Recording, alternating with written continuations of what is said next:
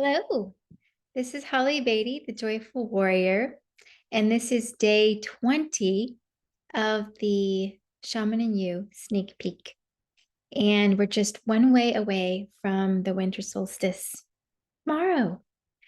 So, on this particular day, it's time to post it, literally, as in getting a post it note and writing down your uh, condensed, reflected, felt, sang, um,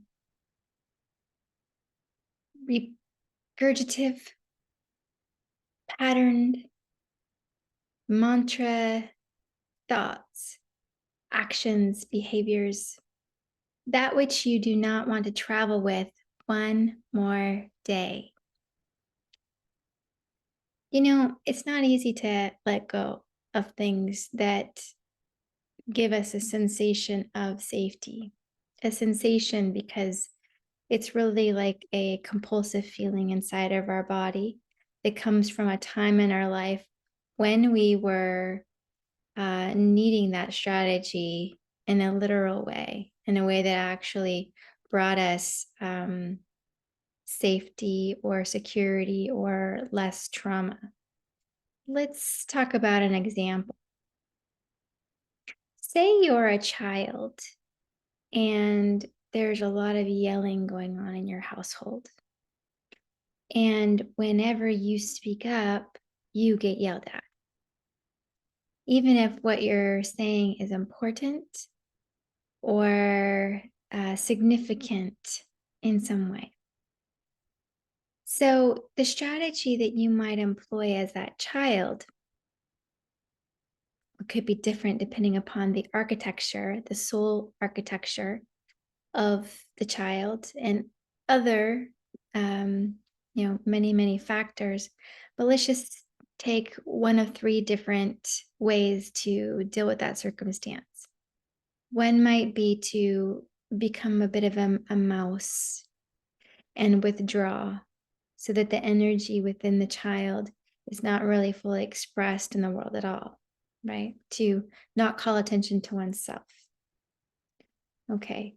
Another example might be to get into trouble, like beat up a brother or sister, or I don't know, let the cat out of the house when you're not supposed to, or make a mess in the kitchen, or do drugs when you get a little older.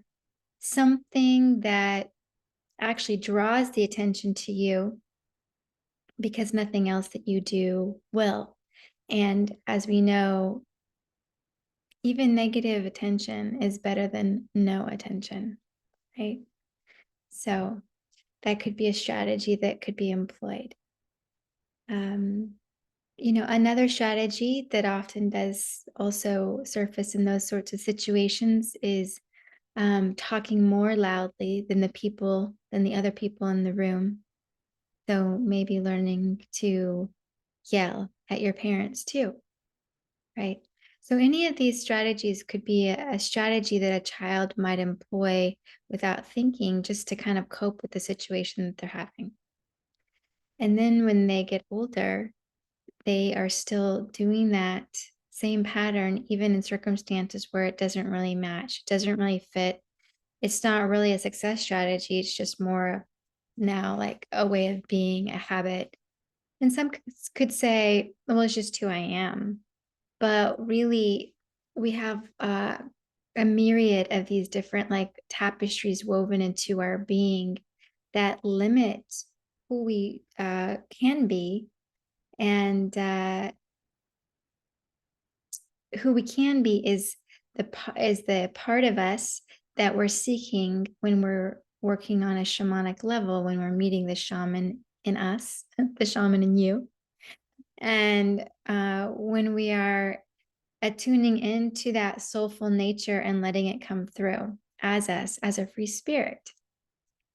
So the death arrow process is something we can always do. We can always seek to have more awareness about who we are and why we are doing what We do.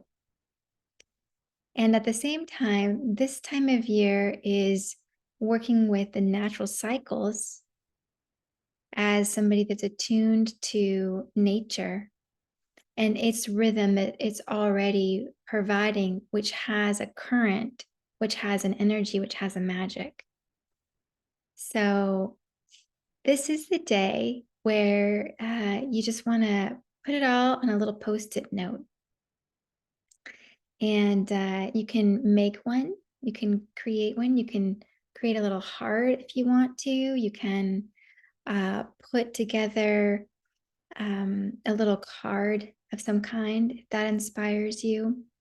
The main thing is that you want to have it contain everything that you want to release, that you have earned the right to release because you see it and you see how you don't need to learn that lesson again.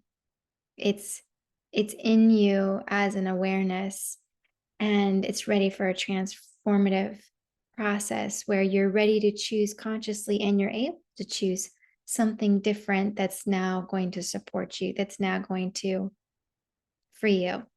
So, okay, so this is the day 20 post it for the death arrow process.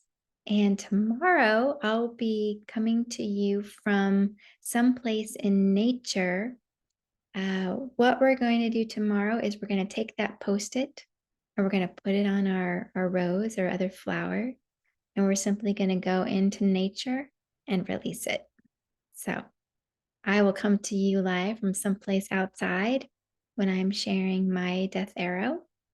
And I'm also in the morning going to just put a one-page summary of these last few days where I've been giving these tips for processing your death arrow in this ritual on the winter solstice. And you can, if you're not doing anything else, go through the process that I've laid out over a series of days, actually just in one day.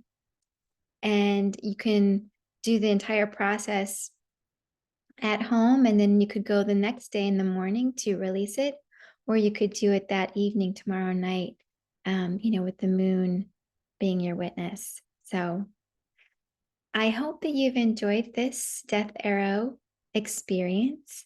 And on December 22nd, we're going to shift into going through the different levels of the Shaman in You training. And there will be a new cohort starting this January 1st in my private group that we'll be pulling from and being able to saturate yourself in what it means to become a shaman authentically, directly, soberly, clearly meeting the shaman in you. So thank you so much for joining me. And I look forward to our process tomorrow morning, releasing our death arrow together. Thank you. Until next time.